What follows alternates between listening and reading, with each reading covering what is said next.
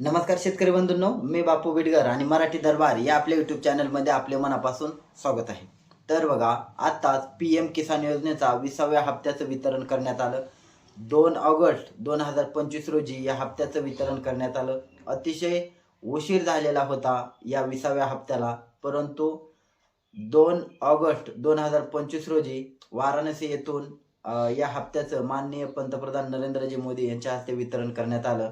तर बघा, बऱ्याच जणांना म्हणजे गेल्या 19व्या हप्त्यापेक्षा 20व्या हप्त्याला बरेच लाभार्थ्यामध्ये याच्यामध्ये वाढ झालेली आहे. त्याच्यामुळे ज्यांनी हक्क सोडला होता, ज्यांच्याकडून चुकून हक्क सुटलेला होता, अशांना सुद्धा आता पात्र करण्यात आलेलं आहे. तसेच काही कारणामुळे काहींची खाती इनॅक्टिव्ह झालेली होती, त्यांना सुद्धा या हप्त्याचं वितरण करण्यात आलेलं आहे.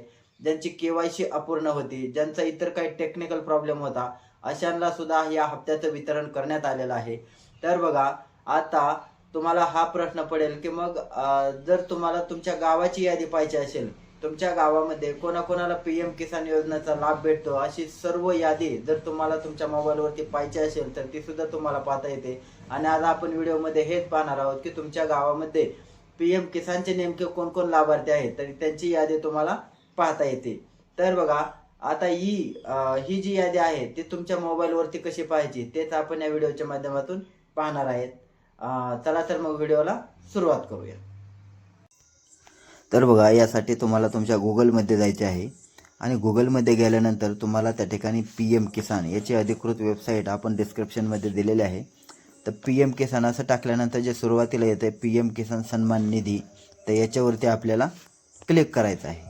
आता बघा, याच्यावरती क्लिक केल्यानंतर तुमच्यासमोर अशा प्रकारचे पेज ओपन होईल. याच्यामध्ये पी एम किसान सन्मान निधीचं पेज ओपन झालेलं आहे. त्यानंतर खाली बघा निळा चौकोन आहे, त्याच्यामध्ये न्यू फार्मर रजिस्ट्रेशन, त्याच्यानंतर खाली के-वाय-सी करायचे असेल तर ते पण दिलेलं आहे. आणि खाली नो युअर स्टेटस, म्हणजे जर तुमचं पी एम किसानचं अर्ज भरला असेल आणि तुमचं नेमकं स्टेटस काय आहे तर ते सुद्धा याच्यातून तुम्ही पाहू शकता. त्यानंतर वरती स्क्रोल करूया.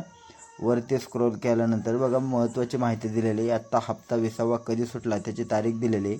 आता याच्यामध्ये बघा फार्मर कॉर्नरला आपण आलेलो आहोत. याच्यामध्ये पहिला ऑप्शन आहे के-वाय-सी, दुसरा आहे न्यू फार्मर रजिस्ट्रेशन, ज्यांना नवीन अर्ज करायचे आहेत त्यांच्यासाठी.